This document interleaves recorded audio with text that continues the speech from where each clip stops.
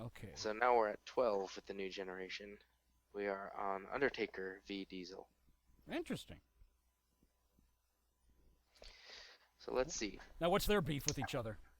So at Royal Rumble 96, Undertaker competed against Bret Hart for the championship. As the Phenom prepared to end the match with a tombstone, he was attacked by Diesel, who thought that he deserved the title shot. Okay. It was announced at WrestleMania 12, Undertaker and Diesel would face off in a battle of the most dominant big men.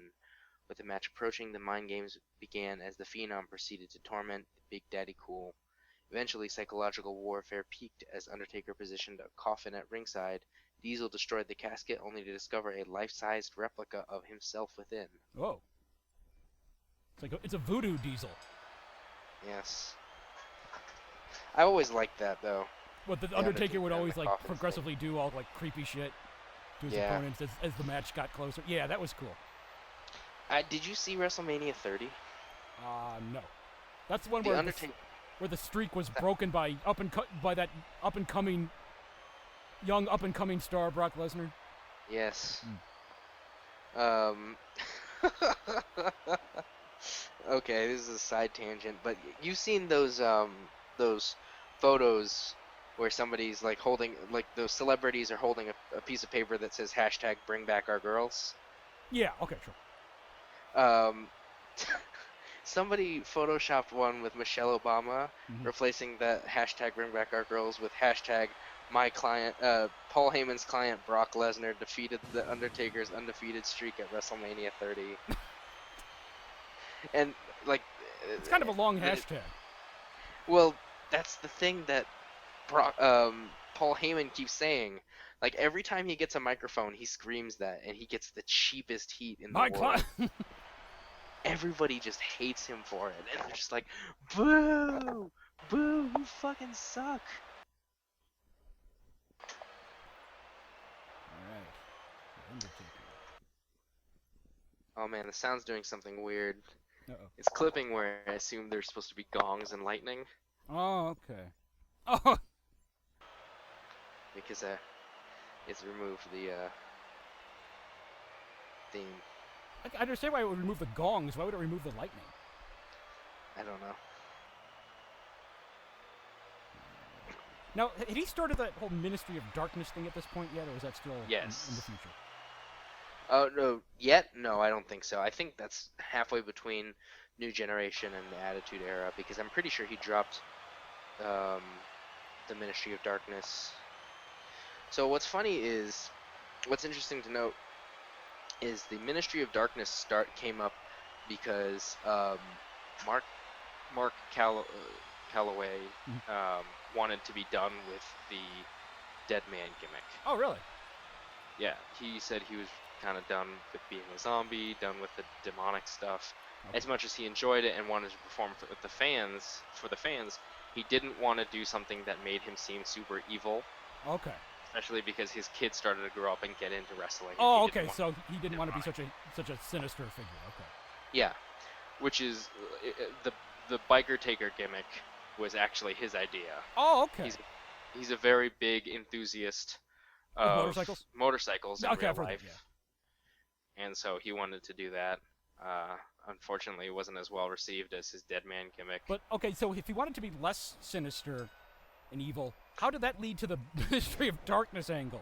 Well, he wanted to go out on the character with a bang. Oh, with the whole human sacrifice of Stephanie McMahon and all that. Yes. On and the sim, so, like, on he, the under. he Remember, what's that? Oh well, the idea was to ramp it up, and then he was to leave and then return as the biker taker. Okay. Remember, it was on a symbol. Never ever call that thing that Stephanie McMahon was on a cross. It was a symbol. It was a T-shaped sacrificial symbol. They were very careful about that. It was like an NES game in the '80s. Well, there had been this thing in ECW where I think it involved Sandman and Raven, and one actually did like crucify the other, and it didn't go over that well.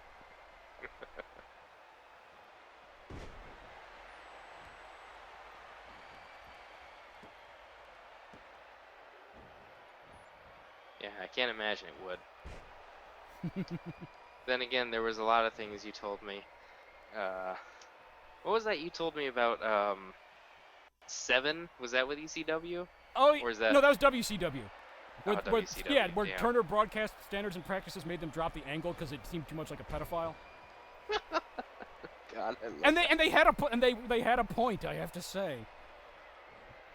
For a little background, folks, just look up like 7 WCW on YouTube or 7 Dustin Rhodes on YouTube. It's one of the most disturbing wrestling vignettes or whatever the hell it is I've ever seen. I don't really know what they were going for. I mean, if they were trying to be disturbing and weird, I guess they succeeded, but Nick was deeply scarred by it the first time I showed it to him. Oh God.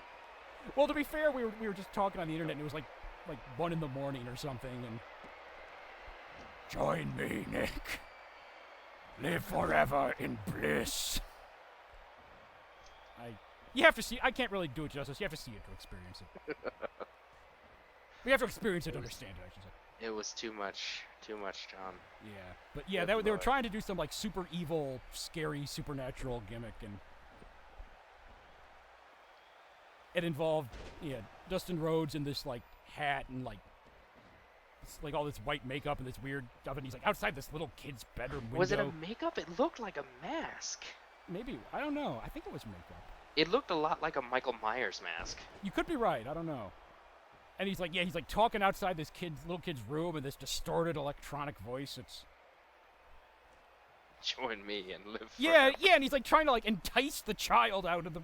So you can kind of understand why Turner Broadcasting was like, okay, we don't want this on our station. So do you know like around when that was with WCW? Was that like during the Monday Night Wars? I think it might have been. I'm not Okay. sure precisely when. Because I find that interesting. WWF at the time got a similar cease and desist warning about Degeneration X What, like from like USA Network or something? from USA Network and Sky Sports and all the carriers Okay, that all right. broadcast. Mhm. What the hell? Something going on weird with the animation there. Saying like, hey, the Degeneration X stable is doing some shit that that the companies are not comfortable with. Yeah, okay, yeah. I mean, yeah, they were pretty. They did a lot of like sort of crude, offensive stuff. Yeah. Wasn't their catchphrase "suck it" at one point? Yeah, that was their catchphrase for forever. Oh, okay.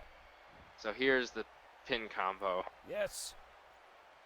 Oh. Tombstone. Hands. There's the pose. Oh, Oh, what no! the fuck? Fuck you. Never before has there been a fucking rope break. This is the first one I recall. Yeah.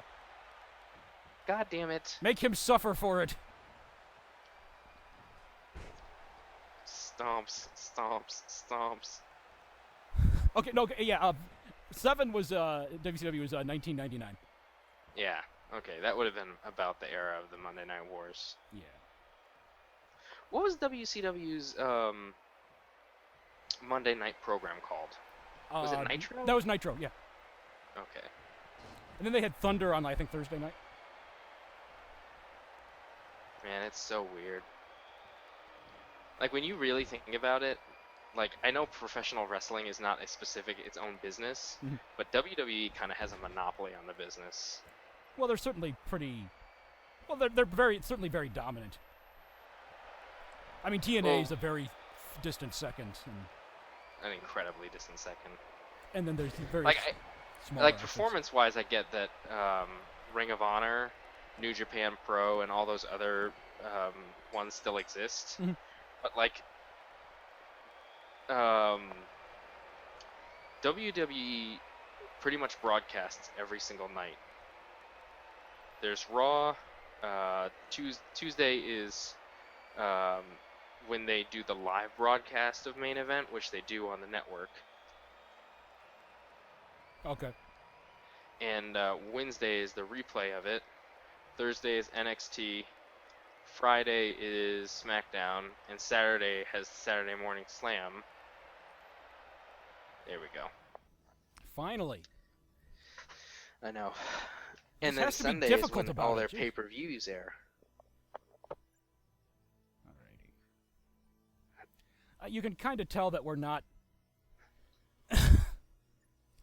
super interested in the wrestling stylings of Diesel when we kind of forgot that there was a match involving him going on.